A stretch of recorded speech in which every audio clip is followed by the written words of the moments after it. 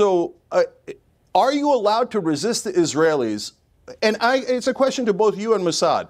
So is there any legitimate form of resistance that the Palestinians could do where the Israelis wouldn't kill them, and we could say, oh, yeah, there you go, let's fight for a state that way? Let me put that. No. They call everything terrorism. Okay, let me ask Mossab that very question, because that's been put to me by a lot of Palestinians, a lot of pro-Palestinian voices as well, which is, it depends how you frame what Hamas and Hezbollah have been doing for the last 2 or 3 decades. You know, to many people where they come from, they are a form of resistance. To many people outside of the region, they're terrorists.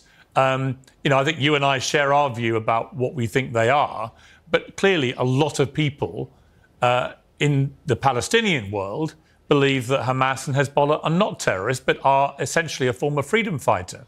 What do you say to that? Listen,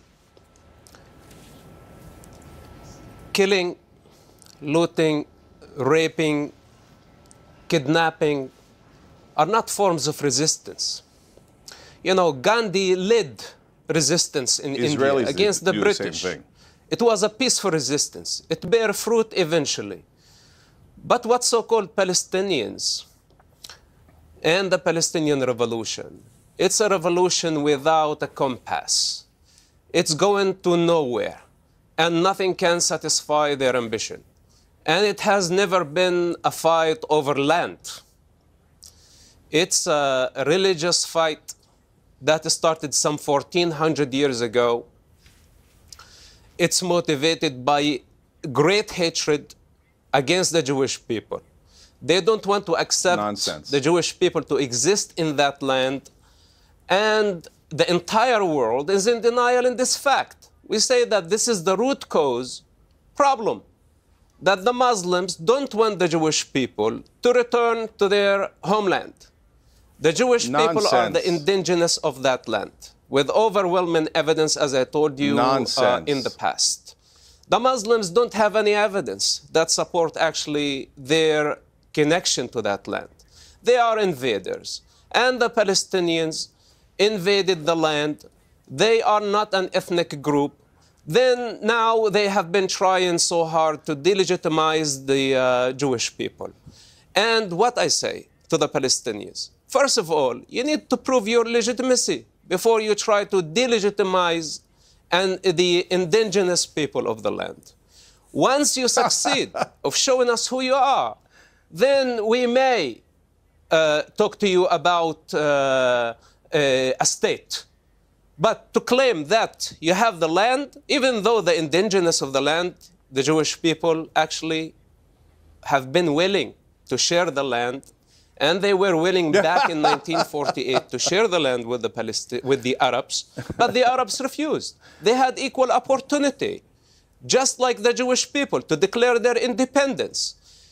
But instead of declaring their independence back in 1948, they declared war against the Jewish people, only because they are Jewish people.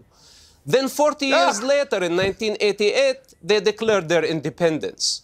So, once what so-called Palestinians drop their violent approach to the problem and accept Israel's right to exist in that region, then we can talk about things. But to really water it down and say that this is a conspiracy, people like Cenk, they are living in a conspiracy theory, alternative reality. We tell them that this war, that's in war started in Gaza, is a very dirty war. He weaponized civilians only to get sympathy of people like Cenk and many others around the globe. This is the most destructive weapon in the hands of Hamas, and millions around the world fell into this trap. So as long as we empower Hamas, more children are going to die.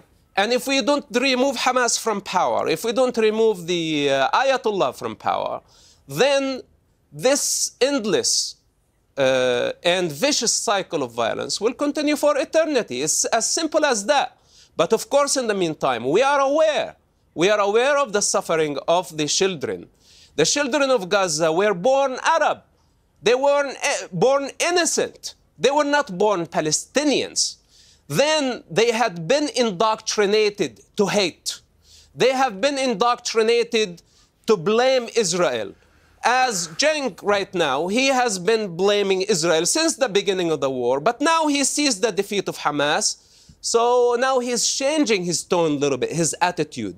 And I like his cleverity. He's a very clever Palestinian. He's the perfect example of a Palestinian, by the way.